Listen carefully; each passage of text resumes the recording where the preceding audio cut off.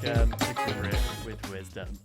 This is the podcast that delves deep into the inner psyche of mountain bikers from all walks of life in order to discover the tools and the tactics that can help us have more fun out on the trails more often. Our aim here is to help you understand what it takes to push our own personal boundaries in the sport we love from a mental and emotional perspective. So today on the show, I'm sitting down with Nick van Egmond from Bicycle Broker, and I'm super excited about this episode because Nick has recently combined his passions of riding, of racing, and of traveling around the world with his entrepreneurial spirit. So he's built Canada's first insurance brokerage focused on protecting the cycling community. And they offer comprehensive insurance solutions to mountain bikers from your everyday enthusiast right up to pro racers, YouTubers, and coaches like yours truly. He draws on his personal experience traveling the globe to race on the enduro circuit and aims to fill a gap in coverage that he experienced firsthand when racing himself. So I'm super excited to dive into Nick's work and talk about the mindset behind his riding. Nick, welcome to the show, man. It's great to have you here. Yeah, excited. We don't have to talk about my work the whole time, though. Come on. No problem. We may talk about bikes for a second or two. Good. No promises. Bicycle broker, right? It's two things. Fantastic, man. Well, I'd love to start right back at the start before we get into what you're doing now. I'd love you to tell us a little bit about who you are, where you grew up, and when you got into bikes. Who I am as a Canadian resident since day one. One of the few. And a passionate cyclist since the early years. So where I grew up, I'm from Ontario, but where I discovered mountain biking right around age 5 was not far from where we are now in North Vancouver, in the Fraser Valley, a little town called Chilliwack. You might have heard of Vetter Mountain. It's going to host an enduro race coming up. And so I remember hiking in the 80s. Yeah, I'm old. And just walking with my parents and seeing these flashes of neon, which would have been back in the day mountain bikers, think Lycra, full rigid, just pure 80s rock stars. And they're zooming by us on those hiking trails on bikes. And I just have this vivid memory of tugging on mom's arm, why are we walking when I can do that? And it was maybe 2 months before, I think it was my 5th birthday, and then kept bugging mom I want a bike. I had a little, the BMX where you has training wheels and you take it off before that, and then 5th birthday, get the 5-speed rigid mountain bike, and it was game on. Living in British Columbia that young, and so it just kind of continued. We eventually left British Columbia, just family reasons, and folks went back to Ontario, and I was that BC quintessential outdoor rat. My parents never knew where I was because I always take off on my bike. And then I found myself in Ontario, and it just kind of, was a little isolated. There wasn't, not only was there not a mountain bike scene, there wasn't a mountain bike culture or trails or, this is I'm talking early 90s. So way before the internet, before there was any way for me as a kid who was really interested in cycling to kind of learn more. There wasn't a book in the library, and there was nothing. There was what really is one of those things that got me hooked, or also I'm in Ontario, right? We got 7 months of cold winter, so it was where am I going to get a little bit more information on this sport that I'm so curious about? And it was magazines at the grocery store, and I use magazines plural roughly. There was either 1 or 2 available in the early 90s, and they were all out of California, and eventually I was Mom, I'm chucking this in the grocery cart, I want this, I'll take it over food. And brought that home, and it just started this passion, or this just desire to learn more about that. And I would just reread the magazine front to back every other day, tear out the pages, put them on the wall, just that the car kid who's got the little Lamborghini Countach up on the wall. I was that kid who was pulling out I'll drop some old references Tinker Juarez or Allison Sider, because XC racers in the early 90s were rock stars. And so they would be up on my wall, and I'd wait till the next month when the next magazine came out, because it was the only way I could see more trails, more riders, learn about the sport was just like every 30 odd days when the new magazine subscription would hit. Yeah, so that's a bit of the backstory, Oh, right? man. Like from really early days, I was like, mountain biking is awesome. This is it for Yeah, me. like it's so rad to hear you got into it so young there, back in BC in Chilliwack. And then like almost heartbreaking to hear you like pulled away from your hobby. It's so cool to hear that you kind of kept that dream alive. You're Yeah, buying all the magazines out there and it's kind of come full circle now. there's I don't know if we'll put this in the podcast, but like there's an anecdotal little story of we moved out of British Columbia back to Ontario in the month of March. And for my entire childhood, from like, I don't know, grade 3 elementary until like university, I always hated the month of March. It was like coming up, and I was like, oh, this isn't going to be good. So that it really did stick with me. Like mountain biking just resonated and it cultivated a lot of like my early like personality traits, if you will. Yeah, well, there you go. Well, man, I'm super happy we chose April to record this podcast and not March. I've grown out of it. I Yeah, moved to yeah. BC and I can ride my bike here in March. So problem solved, right? Yeah, March is kind of like, it's one of my favorite months, I think, because we're kind of coming out of winter and it's almost like, yeah, bikes are back on as soon as that snow melts. Yeah, and I mean, I now like my local hill for biking and snowboarding is Seymour, and so March is like I can have a powder day on the top and then ride like North Shore Mountain Bike Association trails on the bottom. Exactly. Yeah, Yeah, it's like the best of both worlds. So, kind of fast forwarding, being a young child in Ontario there, buying mountain bike magazines, dreaming of being back in BC. Take me kind of through your teenage years and how that evolved around bikes as oh, this well. is going to get awkward. The teenage years. um, I guess I'll start with just the mountain biking.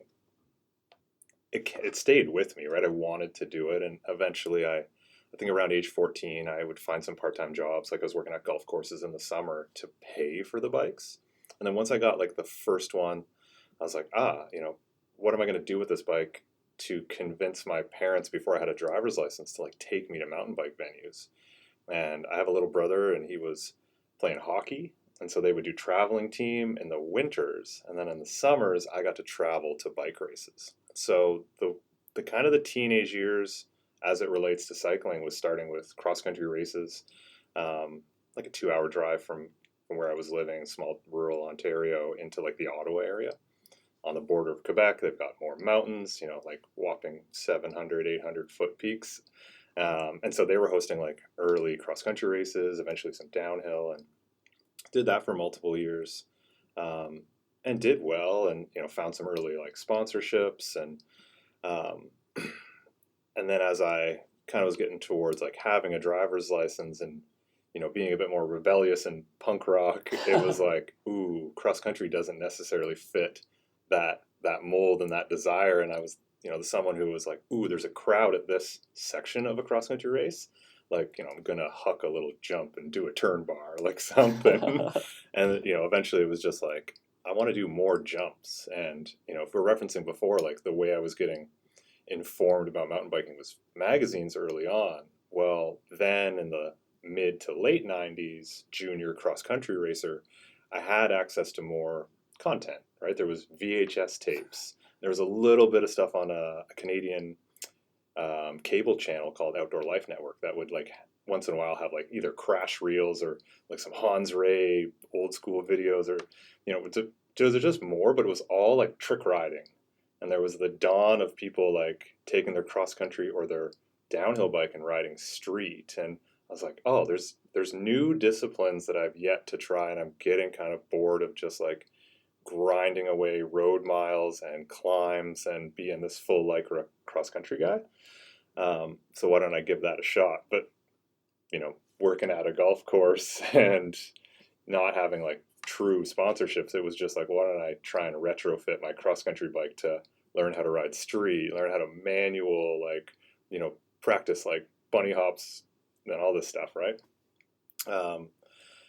And I guess like the end of the teenage years was okay, the dawn of true free ride. So then it was like the New World Disorder and the cranked videos are coming out, and like everybody's talking about mullets now. Well, I was that generation of the original mullet, like the 2624. I love it. and way before there was really like dedicated like bike parks and trails, there was a host of them. Whistler had started up in the early 2000s.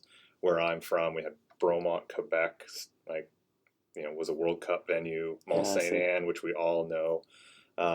It was still like 4 or 5 hours from my house, right? It was a trek.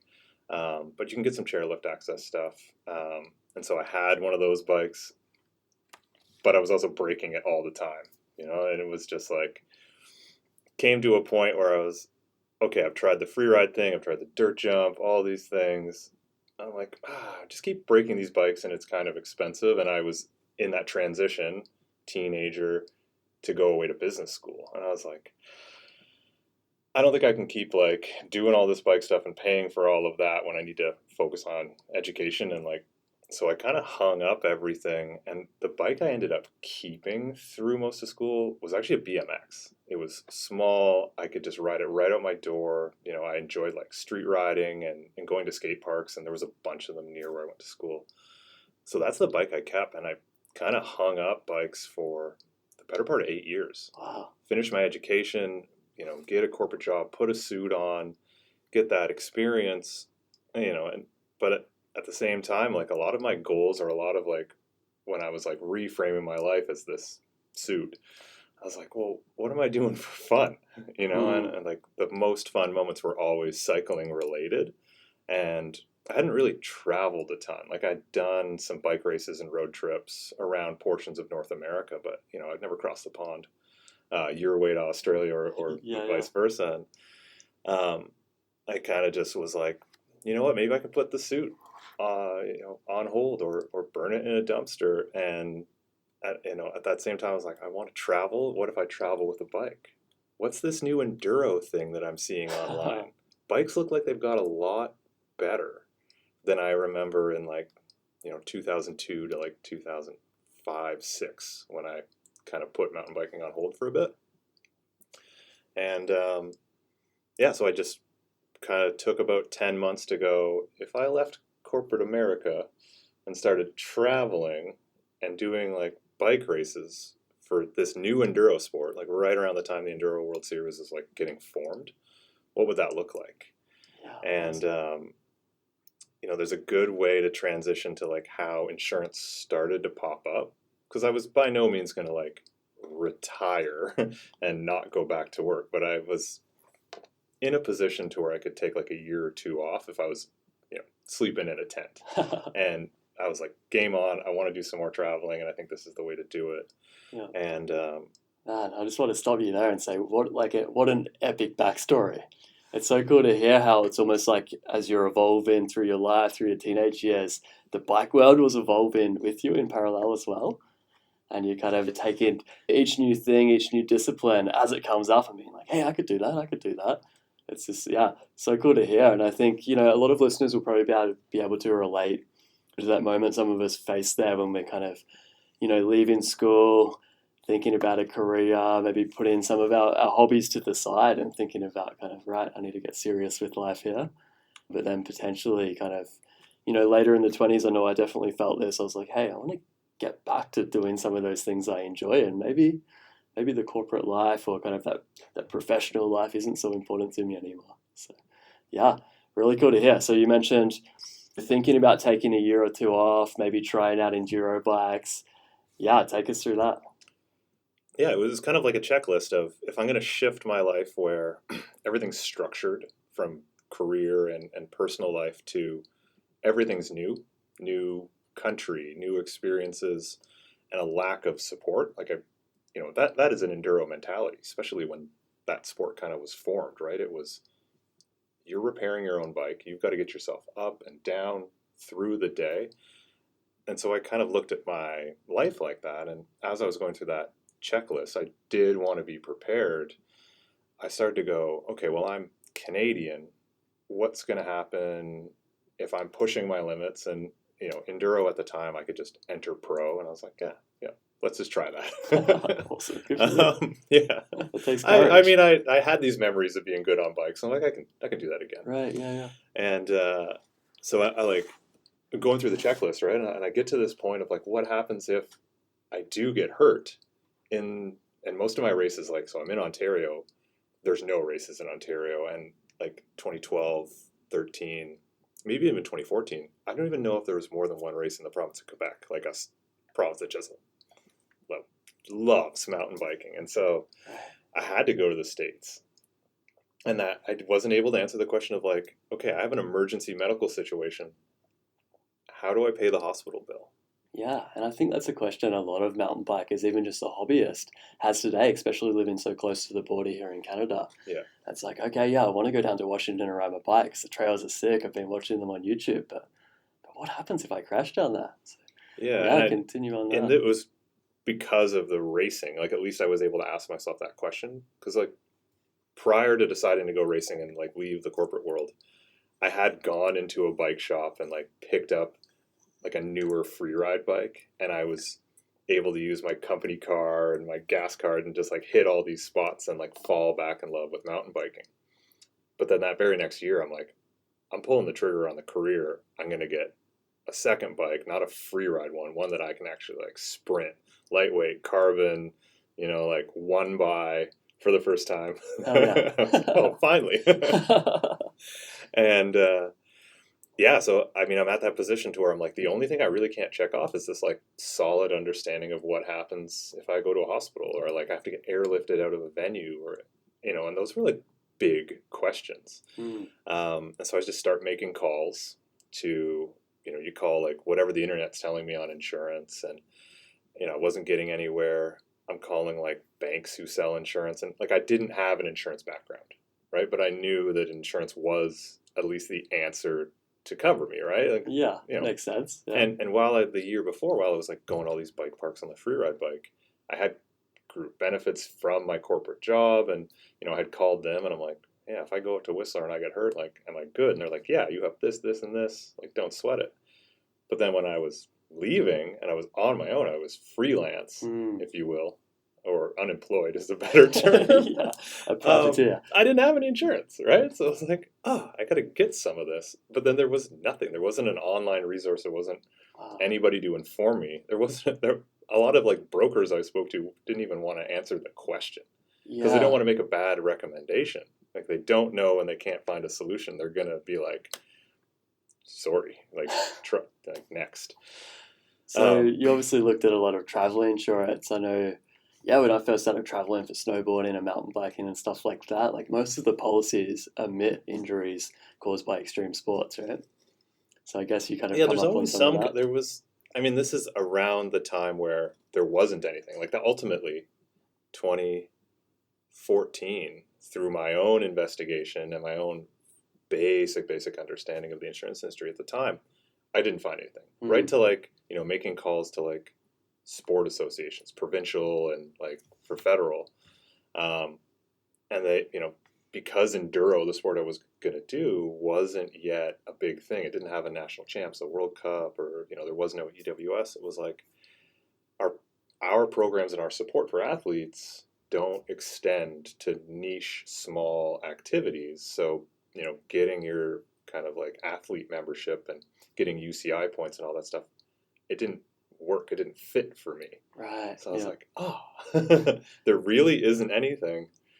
Gonna risk it for the biscuit. Okay, that was my next question. Did you do it anyway? Yeah, I mean, looking back, maybe not the smartest choice of, okay, if I go to the hospital, I'm gonna have to run out on the bill or whatever the thought path was. But I'm like, I got to do this. And as a younger rider, were you able to kind of just put that in the back of your mind, or did it play into your mentality? We're here to talk about mindset today as well. I'm curious, did it play into your mentality when you're out there racing and kind of knowing that, hey, I'm down in the States racing my bike, I'm not covered, I can't go to hospital?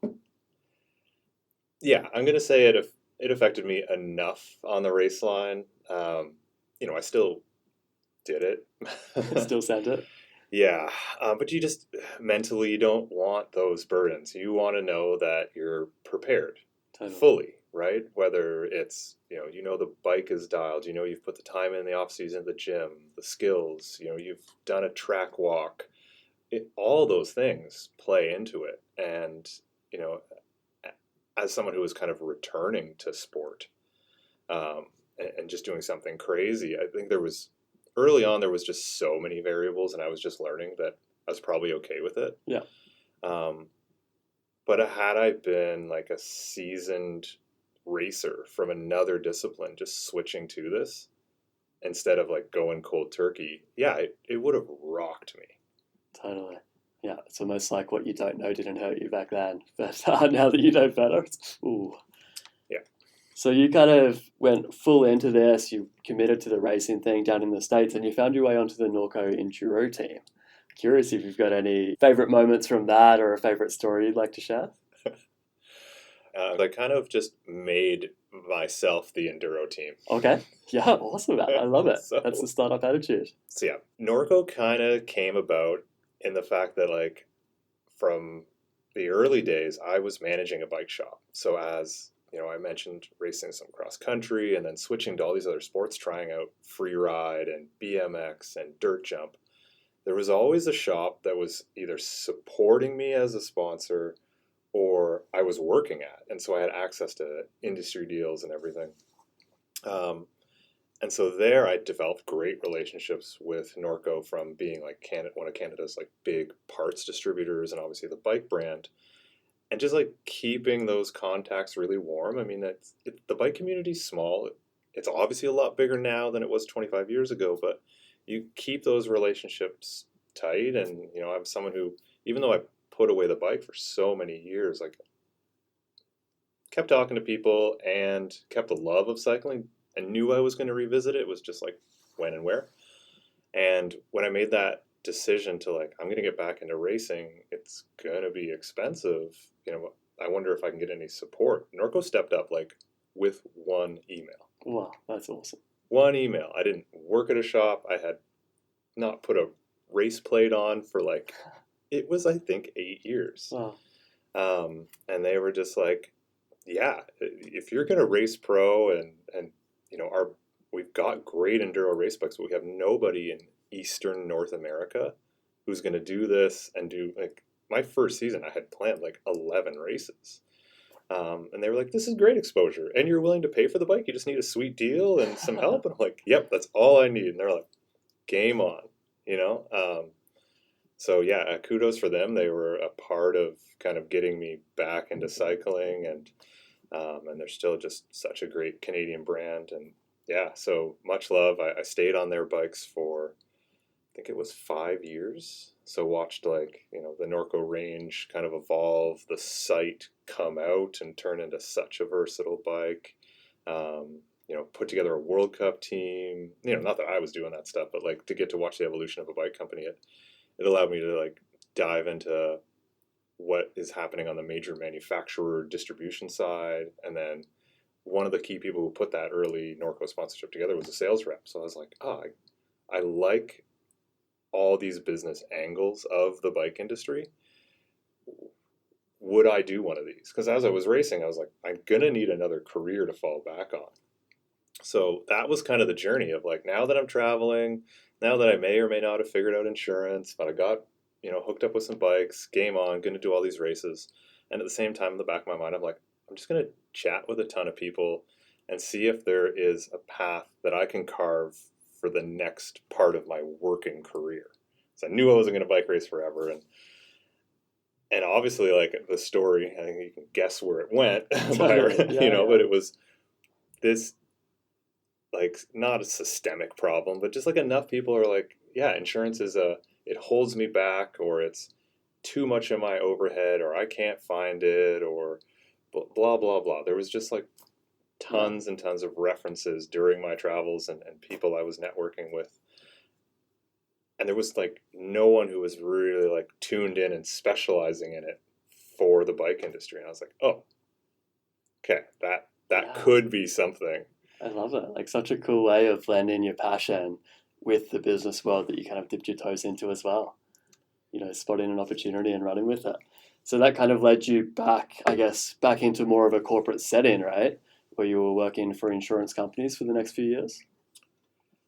Yeah, I mean, originally it stayed as an idea for another almost 2 years when I was like, there's something here, but I think when I first planned it, it was like, okay, let's take a year off. Let's take 18 months. And then it was like, why don't I just do some part-time stuff? And it turned into like 3 years of traveling Nice, and good just for you. riding. Yeah, a fantastic time of my life. And yeah, there was some other jobs just to pay the bills.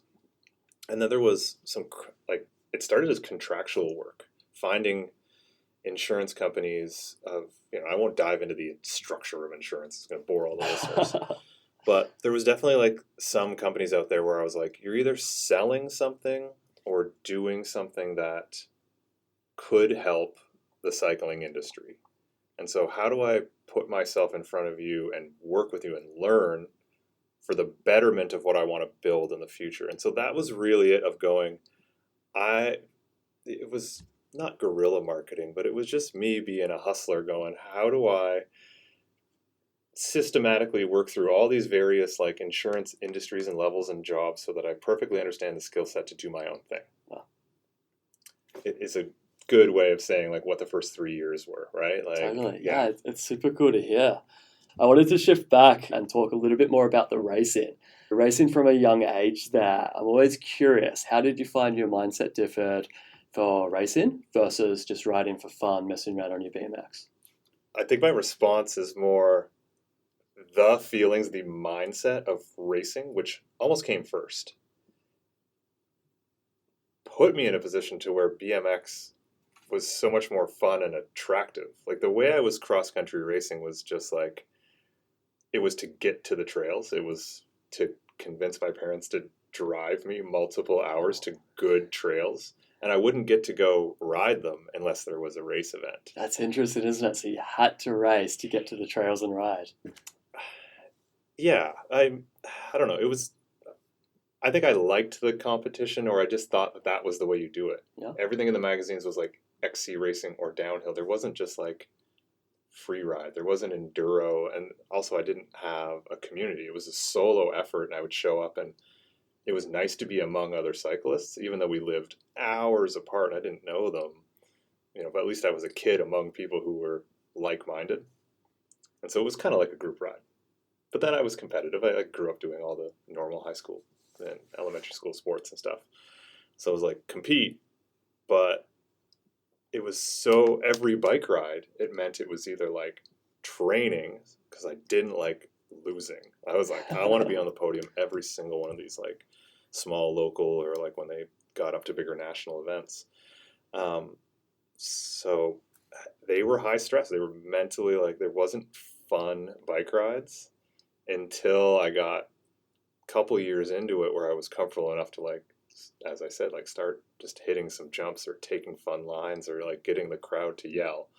And then at the same time, I was dabbling in, well, what else can I do on this cross country bike? Like how many like jumps and stair sets and silly things can I do on it while still racing it?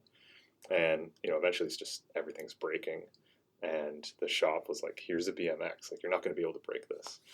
And it was always just fun to ride. There was, I'm 6'3" and I'm riding a 20-inch bike. Like it was just a goofy for me versus like the Geo of a 1999 cross country race bike. Just imagine how tall, like with no slant on the top tube. It was pretty much like road bike geometry. And so it was just like this nice polar shift. It was so different. Yes, it was still biking, but there's so little comparison between the two. For sure, yeah. And these days, not doing as much racing anymore. Have you noticed the mindset shift at all, going from like, I'm racing, I'm competitive, I want to win, to just like, I want to have a fun ride today? Yeah, I think I've accepted, based on the business I run, the clientele, where I live, that everyone's faster than me. Yeah, we certainly live in a tough spot for that. Yeah, I wasn't going to come out here to make waves with my riding. I knew that right away. So there's a high level of acceptance going. Every like fourth or fifth ride, someone's with me to where their job is riding a bike. So I'm like, okay, like, it's humility 101. I love it. That kind of leads into another question I wanted to ask, actually. You're quite often out there these days riding with the athletes that you cover with insurance. So you're riding with the likes of Jesse Malamede, Matt McDuff. Who else have you been riding with lately? I've been seeing a bunch on Instagram. I just got back from an island trip with. I didn't get to ride bikes, but I've definitely spent a bunch of time riding with Mark Matthews in the That's past. Yeah, talk about someone who can go to any spot and just ride it like a local Wow. first hit. Incredible to watch. And so, yeah, like I don't keep up with them. Let's just say. Yeah, so you're out there riding with these people, you know that their level is up here, you're doing your thing. How do you manage your mindset in a situation like that so that you can just focus on the ride-in? Here, it's easy.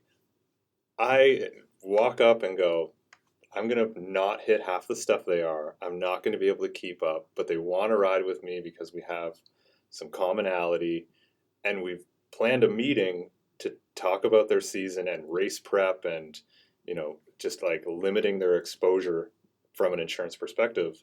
So I'm having a meeting on bikes with pro athletes. Yeah. Like, that's how I manage it. Awesome life.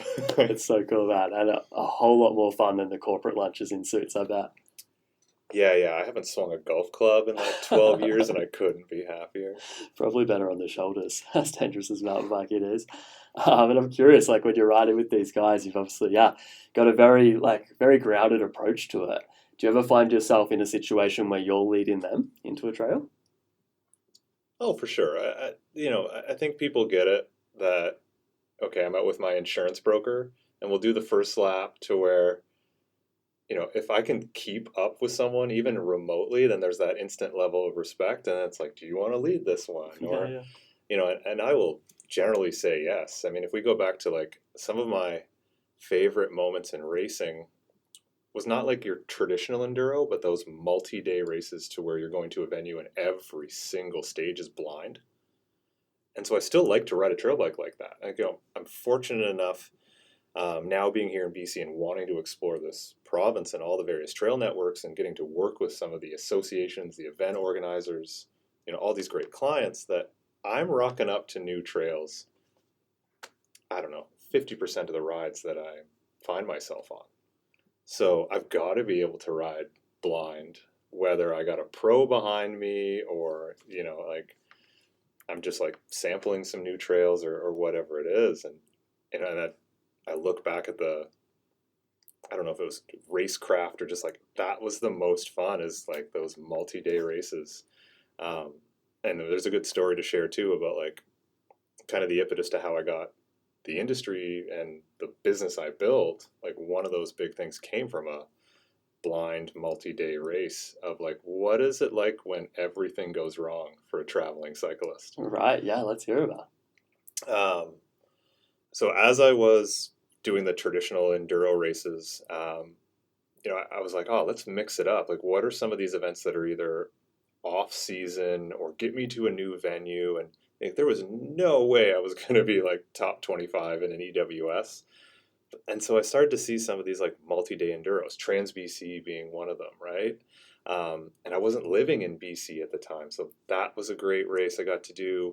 There was a multi-day in Costa Rica. I went to the inaugural one. I really hope that comes back around. Oh, that's an amazing country with the steepest downhill tracks. Yeah, I can imagine. And so there was a big event I got invited into. It was like just me and I think maybe two more Canadians in the south of France.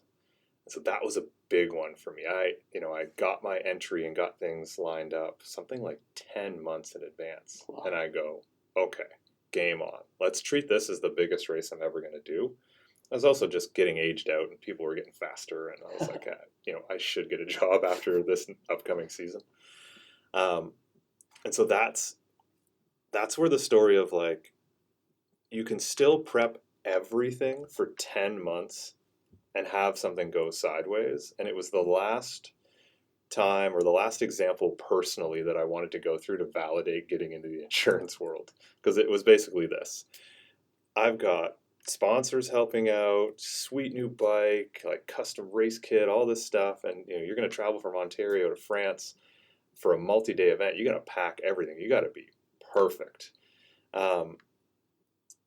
And day one, no bike. No way. You know, there was like a strike at a airport, like my transfer, right? And so it was just like me and maybe two more people didn't get their bikes out of like, I think like 75 participants. Jeez. But then the other two were missing their bikes. They got it on day two, like being at the race venue, which was also day one of the race. So then I'm the only person out of a global field of professional athletes Oh my God. without this custom bike, without all their stuff. I had the backpack as my carry-on. So I had a laptop, like a bathing suit, I had nothing. And I'm at this global event, and I mean, kudos to the race organizers because they're like, Nick, we were worried about this. Like, we heard about this kind of luggage strike. You're going to be able to do the event. You're just not going to be able to do it on your own bike and your own stuff. So imagine being under like a big tent, and they have all the racers, all the support staff, and over the mic, they're like, many of you may not know Nick from Canada, but you're going to get to meet him, and you're going to help him out. Anybody who's got spare gear, who's got spare anything, his stuff's probably not going to arrive. Oh, wow. And we're doing a race that's like, you know, packing up and moving through the mountains of south of France, like day by day. You know, like even if like my bags were found, they were never going to get to me. And so, you know, I'm on a rental bike. I'm in a women's chamois. I'm in shoes that don't fit. Like I'm like Ninja Toad. Oh. You know, these are aggressive trails. Like think about the classic French turns and like 200-degree switchbacks. I'm in like so more an like open hiking face trails. helmet and like I'm just in borrowed kit, Jeez, like man. the Joey on the scene. So how did this all kind of play into your mindset of like nothing's going to plan here? I'm still out and I'm trying to race. Rocked. Yeah. Just rocked. Like not in a good, Imagine. like angry. Yeah. You know, I was just like, I was prepped. Like coach, nutritionalist. I'm doing VO2. I'm doing lactic testing. I'm like on it. And after 10 months of prep as well, it must have been so hard to be like, stream's over, it's been ruined. Yeah. Well, when I put that as the, you know, the benchmark race for the season to try and like, you know, do well, yeah, it destroyed. And there's nothing I could do about it, right? But, you know, still did the race. Then got injured during the race. Oh my God. Just like, you know, not used to any of the gear, washed my front wheel. I don't know what it was between pedals or cleats or whatever, but got pitched down a cliff. Jeez. Still clicked in. Didn't go well. And so between airline flights and all the race fees and not getting my stuff and then like getting hurt, there was a lot of like insurable interest there. Yeah. And, you know, this is before I was in the insurance industry, but I was still like, I thought I had this stuff pretty dialed and I was fine from like the medical bills. Nothing else helped me. Right. You know, like I got no refunds, no airlines helped me, no nothing. And I was like, I left that just kind of angry. And it was the last straw of like, okay, obviously racing's winding down. Enough people have kind of come to me with insurance stories. And I was like, let's do this. Like, you know, and yeah, that was the big thing, right? It was like, and then right after that, meet a startup who wants to help action sports, Matt McDuff. It was just like, bing, fantastic. bing, bing. Yeah, this is a story I wanted to dive into because I know you kind of touched on it on our way down here to the studio. And I was like, hey, hold that story. That's a good one. Yeah, so racing is winding down. I still ended up doing like 2 more years of racing. So like that bad crash was like 2017. Kind of hung it up in 2019. Like moving here to BC that summer. So made it out here before COVID. Fantastic. And did a couple like local fivers event, like the NSMPA stuff. Yeah, great way to. So fun. I hope they do another chainless event. Yeah. That one's definitely, good on the legs, isn't it? Kind of chainless down espresso. Yeah, exactly. Yeah. I mean, someone who's done a lot of like BMX and like pump track and stuff, I was like, yeah, this is it. Yeah. But racing's hung up. I find a startup who kind of is doing somewhat what I want. I mean, they were like broad based of like action sports in North America and yada yada. That's a start for sure. Yeah, you know, and I was like, this could be the gateway to doing something like way quicker than I thought. I thought I would have to like go back to school and work at a traditional insurance brokerage and learn the industry like the suit way. was like, no, let's just fast track. I Let's love just it. dive in. Yeah. And so one of the things that they were doing early on was like Matt McDuff had reached out as his Kickstarter brainchild, as that had started up, to like crowdsource doing the world's biggest loop, like setting a Guinness World Record, creating just an amazing, unique scenario for himself in South Africa.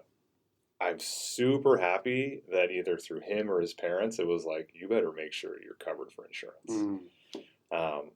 And so they were dealing with it, and I came on board, and we got that figured out. We found a policy that wasn't going to exclude, and so I got to understand like what a broker does on behalf of a client, right? I was representing Matt, not the insurance companies or anything. I was like, I want to find a policy to where if he goes to a hospital, we're going to be able to clear those bills. Yeah, Just wow. hard stop, It's right? such a huge liability. Like if people haven't heard the story of Matt McDuff and the loop, they've definitely got to go and check out.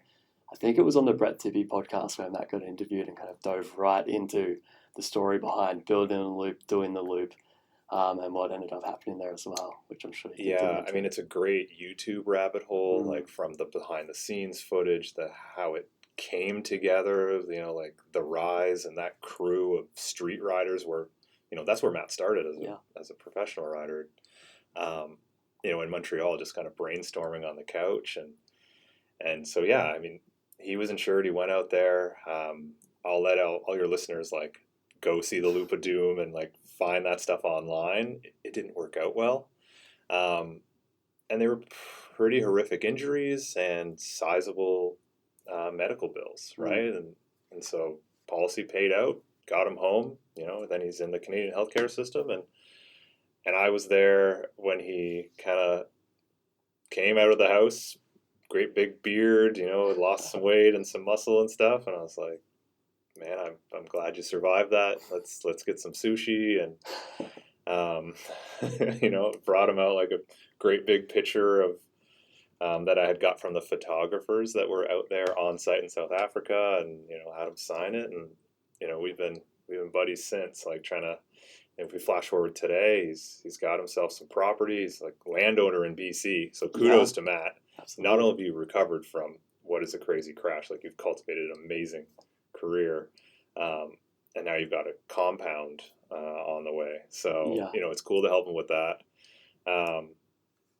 So that was, I guess, the story that we were talking about, like prior to recording, was just like he was one of the first clients and was absolutely the first claim. And so for me, someone who wanted to make an impact with what I was doing in business in the protection of cyclists, to have that as the starting point to go, if I can figure out a policy for this wild one-off stunt for a professional athlete, I can find the insurance that they need. I can be that trusted resource, and then it's effective in use. Because I had been the test dummy before that. And I'd found insurance that was going to work, but then every time I had it, nothing happened to me. And I'm happy about that. Like insurance is a like weird good thing, but it would be nice to know if this policy actually works. Yeah, then on the mental side of it, it is a nice peace of mind to have going, okay, I've got that, like there's a level of trust. Nick did the research for me. He answered all of my questions, and so now like good. I'm not worried about that. I'm going to go do my crazy stuff. Totally. Yeah. Able to focus on the riding, which is great. So, yeah, you've obviously got this, great and varied racing background. You've ridden with loads of cool people through your work doing the insurance stuff, but you're also doing loads of just like after work rides and rides for fun these days as well. So I'm curious, through all this learning over the years, have you discovered any kind of mental tools or techniques that you'll use these days to get yourself into a good state of mind for riding? Yeah, I would say getting out on the bike is that mental shift. Like acting as a CEO and building a nationwide insurance brokerage, like it's always going to be stressful. Like I get that. I'm passionate about that part of the career, but getting out on the bike and the way I ride, like the more technical terrain, whether it's hitting some jumps, the North Shore stuff, it's so technically demanding that I can just tune out everything else. Because if I'm not focused on the trail ahead, I'm going to crash.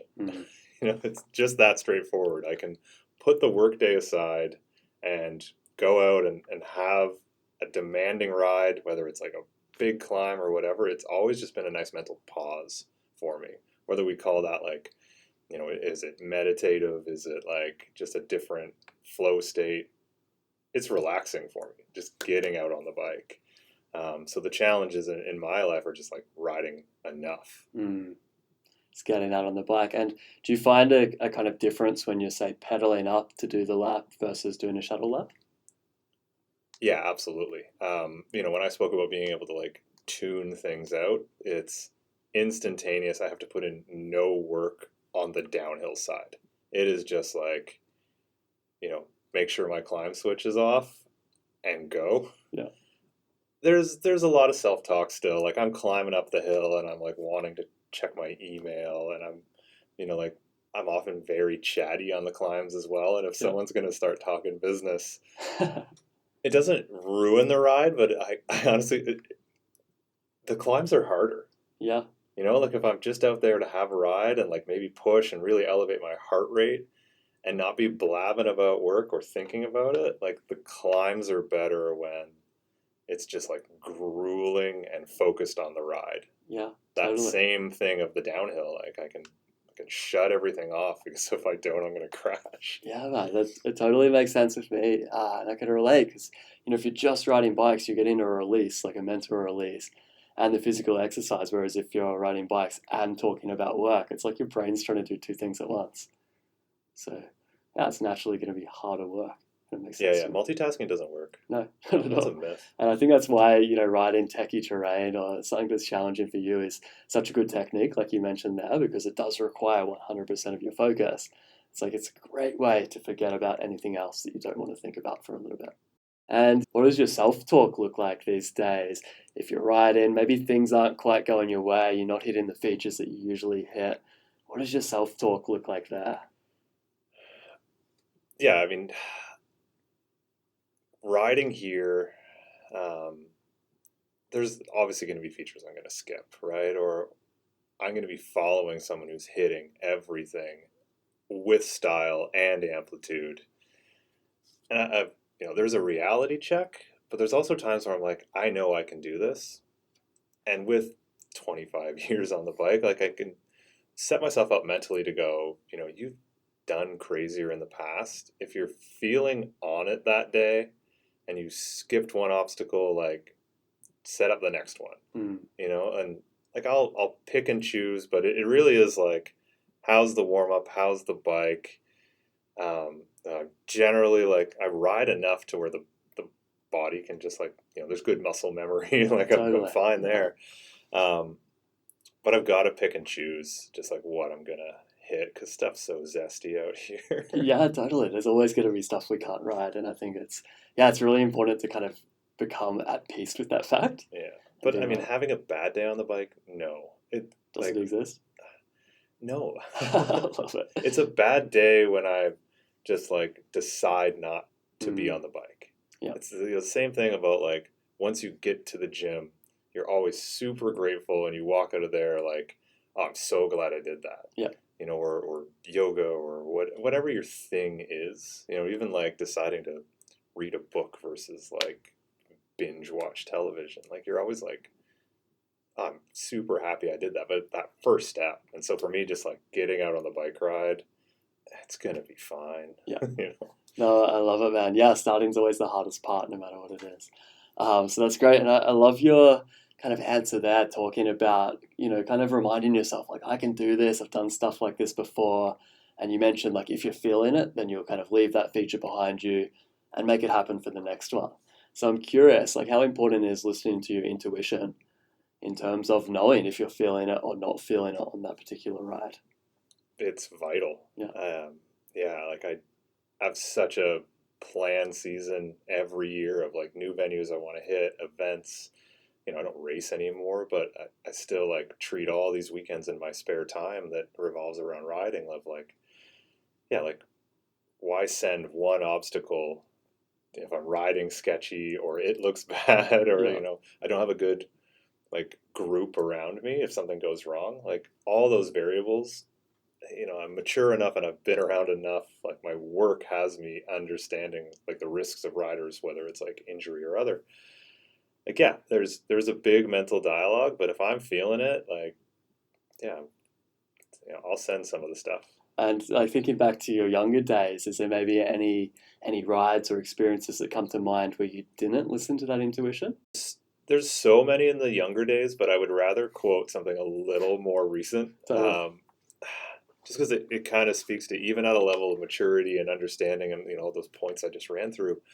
Um, that year, 2019, when I moved here, I ended up breaking my foot like in August, and it took a good 3-4 weeks to heal up enough to where I could lace up and riding clipped in. You got some strong shoes, and it was feeling fine.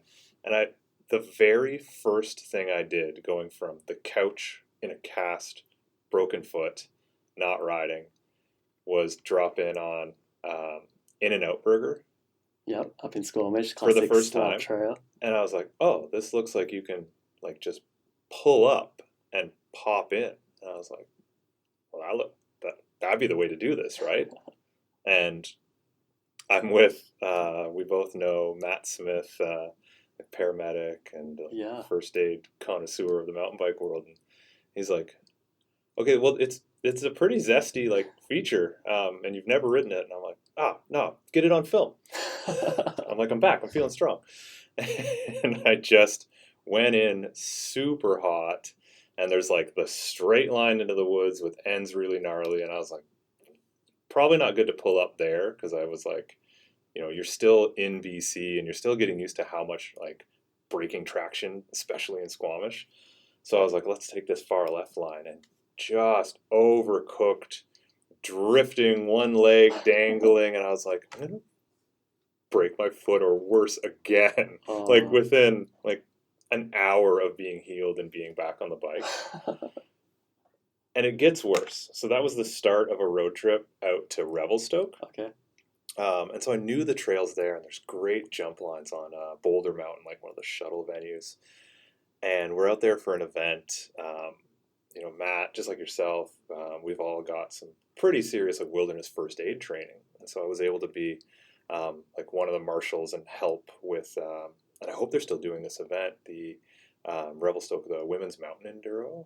Awesome, awesome event, and all the event medics and the sweeps at the end of the day, pouring rain, were like, "Yeah, let's go do a party lap."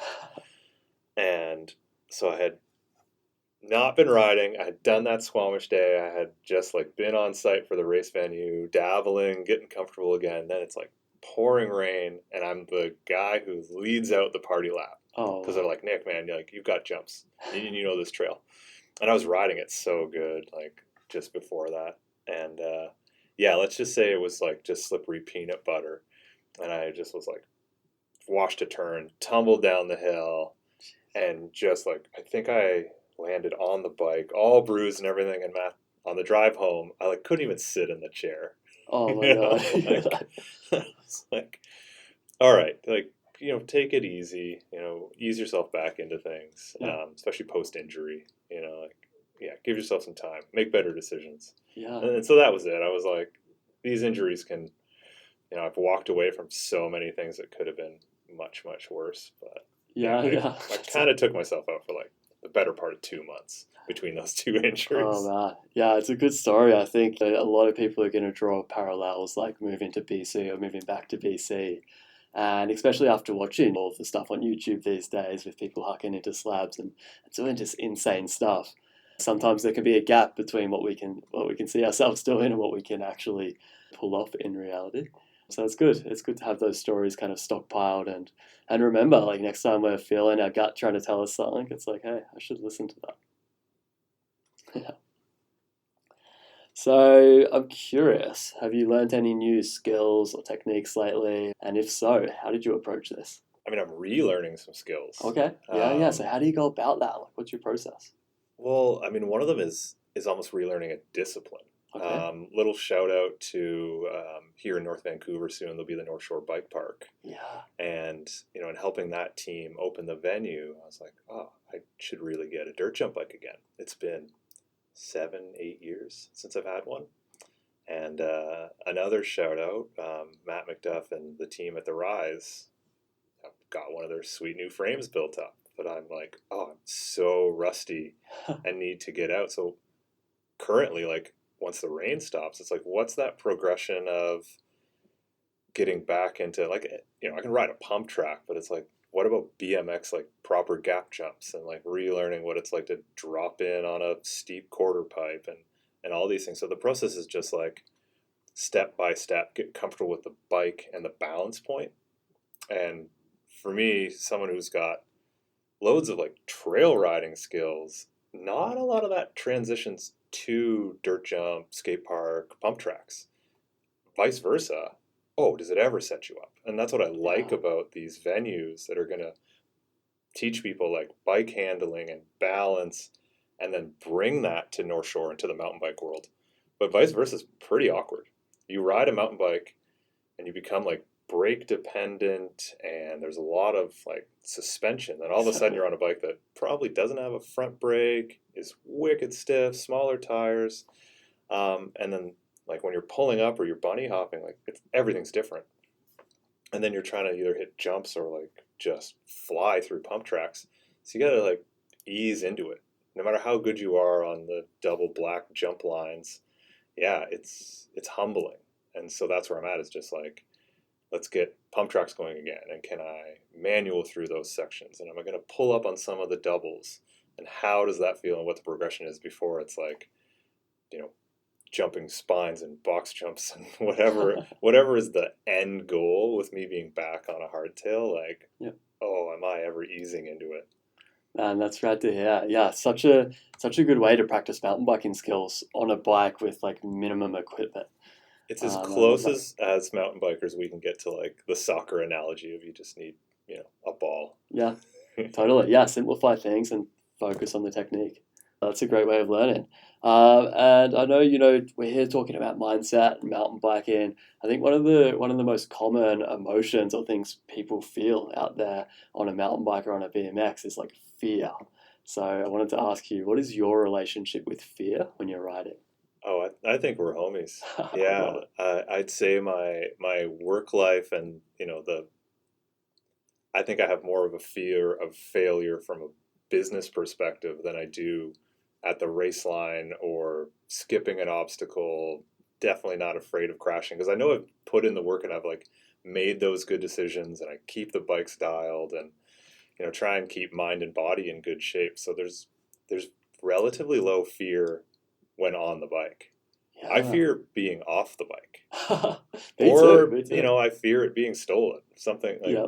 I obviously I'm trying to do what I can from a business perspective to help on that front. But yeah, there's not a lot of fear when I'm on two wheels. That's great. Yeah. So, yeah, preparation, I think, is like the number one way to reduce fear, to reduce anxiety, all of these things when we're on the bike. So, man, such a grounded answer. And I wanted to ask, you've had the opportunity to ride with some pretty amazing people, to meet all kinds of people across the mountain biking industry. If you had to choose maybe just like one bit of advice that a mentor or that someone you've met has given you, what would it be? Oh, it's got to be. And I'm still living it every day, and it was the advice of, what, if what you were doing was easy, someone else would have already done it, and Totally. and that resonates through big picture stuff right down to like just getting through my inbox. Yeah, yeah, totally. Yeah, exactly. Like sometimes it's not meant to be easy, but that's what makes it a challenge and that's what makes it fun. Not necessarily for emails, but I'm thinking more for a bike side of things. Yeah, yeah, that's true. I mean, there's not like a traffic jam at the toughest slabs in Squamish, right? You know. Yeah, exactly right. So you've kind of already touched on it already, but I did want to ask if you have like a motto or anything you repeat to yourself to keep you grounded while you're riding. Yeah, it's always like I feel like I've put the work in and muscle memory is real. Like if I look back, like I've ridden harder stuff, faster, bigger air. Um, And so the motto is just like, you're going to get through this because you have before, and you've probably done it in worse shape with less prep on a way worse bike. And, that gets me through a lot of, experience and where you are now. And if you're going to send it, you're prepared. Fantastic, man. Yeah, great reiteration there. And I wanted to talk here a little bit about crashes or setbacks because I know a lot of mountain bikes experience things like this at some stage in their riding career. And I know you're in a place now where you probably don't crash as much because you've learned how to keep yourself safe out there, how to listen to that intuition. But if you do ever have a bit of a tumble or a bit of an off day, what do you tell yourself or what do you do directly after that these days? Ice. Ice.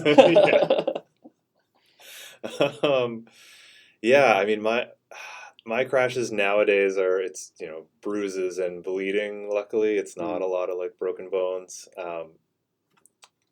So for me, I don't have this like total ritual of ice baths or jumping in cold water and all these resources. I don't have a big supplement plan. Um, I think it's just like take the time your body needs. If you can just like do some stretching. Yeah. I mean, I'm also fortunate enough that there's like some support pieces built into the way I act as a resource to my clients. I've got great physio. There's some folks who are like connected to me through a business perspective virtually who will chime in if they're not available or in person. So depending on the severity of the injury, like, do I need third party recommendation on what I should be doing? Do I have enough of a knowledge base? And I mean, if I'm going to be on the couch, like it's good that I can work remotely from the couch, and that's fine. It's like, oh, okay, I'm hurt for a little bit. This is tight or broken. Great, I'm going to put some time into the business. Yeah. And that works for me. Always looking at the positives. I love it. So say you're kind of midway through the ride, the crash or the tumble isn't too bad, but it's enough to kind of annoy you and put you in a bit of a negative frame of mind. Do you have any techniques you'll use to refocus yourself so that you can keep on riding, keep on having a good time? Yeah, not wanting to ruin the vibe of the ride. Like if I can push through whatever it may be, body injury, bike mechanical or other, and then deal with it like when we're back at the car or back at home, it tends to be the better scenario. Right. And does that go for just when you're riding in a crew of other riders, or is that solo rides as well? I can't say I do a ton of solo rides. The lack of like cell signal and me not wanting to carry an inReach and the technicality of the terrain I'm on these days, like, yeah, the only solo rides I do are pretty chill, and then I bring my little dog, and I'm between like her speed and pace as I try and get her to be a better trail dog. Those rides are, yeah, the likelihood of something bad happening, knock on wood, but it should be fine. Totally, man. Yep. That's a good, it's a good approach for sure. So yeah, you mentioned some of the projects you're working on before. You mentioned the North Shore Bike Park, which I'm super stoked about. I think it's going to be a great asset for the community. So awesome to hear you're working on that. But I did want to ask you, is there any other cool projects you're currently working on that you wanted to chat about today? Yeah, I'd say it's the evolution of what I'm doing with the full-time job from the insurance industry. There was this question that came up a lot through my career as I was working with people who are traveling. You're coming here to do an event or vice versa, going to go to Spain and try the trails there. And I would instantly have an answer for them, like for their travel insurance, right? That was pretty easy. Figured that out early on. That was like the Matt McDuff, type of insurance that we put together. But people were always like, what about my bike? They took that way more seriously than covering themselves. Even though, like, from just like the dollar value, like, I don't care how expensive your bike is, you are always worth more. Totally. But it was asked too frequently. Like 50% of the time I'm having a conversation, like, I'm insuring your home. What about my bike? I'm insuring, and I'm like, I got to fix this. Yeah. And so currently in design and hitting the shelves for 2024, we've created a brand called Bike Plan. in an effort to put something online, easy to understand, easy to buy. And we're really reaching out to have as many conversations as we can at the bike shop level. We want to answer the question for the people on the bike, but we want to do that in a way that integrates into the bike shops because they're getting that same kind of question. If we go back like 5 years ago, a high-end bike was what, 5-6 grand? Yeah. Now with, much more like prevalent e-bikes and then just like the cost of bikes and way better tech and whatever, bikes are like 3 times more expensive. And so that bike is going to leave the bike shop, and it's, as a Canadian, it's going to be predominantly underinsured. You're just going to leave it under your house insurance, and you may not even call your broker of like, I now have a $15,000 asset in my garage. Wouldn't it be great? And this is like, I'm not theorizing, this is already live, but there should be some kind of mechanism of like, here's the insurance arm. Yeah. Like, just put a policy on this thing. You should treat it like a car, a motorcycle, a dirt bike. Don't just treat it like you got a new couch. Like, yeah. So we want to do something better for that. And we want to have a lot of feedback because we're in a position to like redesign bike insurance for Canada. So I'm taking that very seriously. That's like the project that I will do with this company. I love it, man, because it's something, every single day I think on the local mountain bike Facebook pages another bike goes missing, especially around downtown Vancouver. So it's definitely something, that's worth thinking about, that's worth protecting. And I think, it's cool that someone that understands the mountain bike world, a mountain biker, is making this just like super easy so that we don't have to think about the details. Yeah. Like you say, we can buy our new bike, we can buy some insurance with it, just like we'd buy a helmet with it, and we can go hit the trails. Well, and I'm a big advocate of the proactive things. I think you are as well, right? You're going to go out on a ride, and if something bad happens, it's obviously good to have first aid as that layer. You're protecting yourself because you can educate your friends on what to do if they don't have a knowledge base, but you can also protect your friends on the ride. For me, the proactive things are like, as we build out Bike Plan, what are those layers or those little mechanisms that are going to help the riders? Because the insurance is like absolute last case scenario. The worst happened. My bike is gone. I'm gravely injured, or maybe I injured somebody else. Then if you have Bike Plan as an insurance thing, it's going to respond. But like for us, we're trying to partner with like the bike registries. If you've seen bikes being stolen online, then you've seen like Project 529, an amazing initiative to like create a VIN number so that a police station who recovers your lost stolen bike can actually get it back to you. Yeah, totally. So, we'll push that piece. We're, helping out with legal assistance. Something's come up to where like you're a rider and maybe you were on a trail and you unfortunately like struck a hiker and it's like now going to maybe go to court. Definitely want to put some legal in front of our biking clients to like help them through that journey. I'd mentioned physio.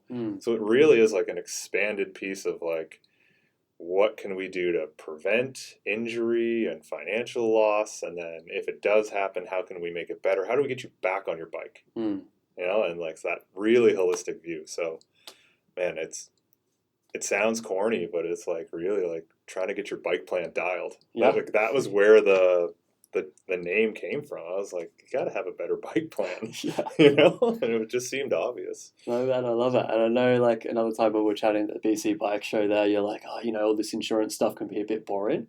But it is that whole cliche of like the boring stuff allows us to do the fun stuff or focus on the fun stuff, which is the riding. So like you say, we get a bike plan, we get everything else sorted. We can tune out to all of that and just ride. I love it. Yep. Good stuff, man. We're going to start winding down things a little bit here so that we can still get out and get a ride in some of this sunshine we've got today. Final question I wanted to ask here is, who do you look up to in the mountain biking world? Oh, it's tough to name an individual. I mean, it's been a couple decades of just meeting fantastic folks. So the best thing I can say is now being here in BC, it's the community at large. So many pioneers, innovators, creatives who have, whether you've designed an event, a new feature, it's the BC bike community. I look up to it so much. And it really does set the tone for not just the rest of Canada, but globally. So much of the mountain bike like disciplines that I grew up trying to emulate and that I'm involved with now started here and then just went viral globally. So Yeah. it's a very cool place to be. I get why it's such a dream destination for global mountain biking. Totally, man. It really is. Yeah. Yeah. That's such a great answer. So, yeah, we've taken this conversation in a whole bunch of different directions. Thank you for being so willing to answer all my questions. But as a final note here, what's one thing you hope listeners take away from this conversation? I think it's on the topic of risk and just that there every time your bike leaves the house, there is a risk exposure. So to be mindful of that and to, from a mindset, from a preparation piece, like have you thought about that on the given ride? Are you prepared for the journey ahead, whether it's a commute to work or a big shuttle mission? Like, yeah, there's a risk. Yeah, I love it, man. Yeah, food for thought there. And where can people find you and follow your adventures online? I'd say across all the social channels, everything's Bicycle Broker, including our website, bicyclebroker.ca, is a good way to learn more what we're all about. And I'll give you a couple more links like from the chat if you have some show notes. Totally, man. Yeah, we'll stuff the show notes full of links, so feel free to take a look at those ones to everyone listening. Man, thank you so much for your time. It's been an absolute blast digging into a little bit more about you and about what you do. I can't wait to hit the trails. Yeah, done. Let's go shred. What's up, guys? Just one last thing before you hit the trails. If you enjoyed this podcast, please be sure to subscribe and don't be a stranger. I'd love to hear from you about any topics, particular episodes you enjoyed, and even about any guests that you'd like to hear me have on the show in the future.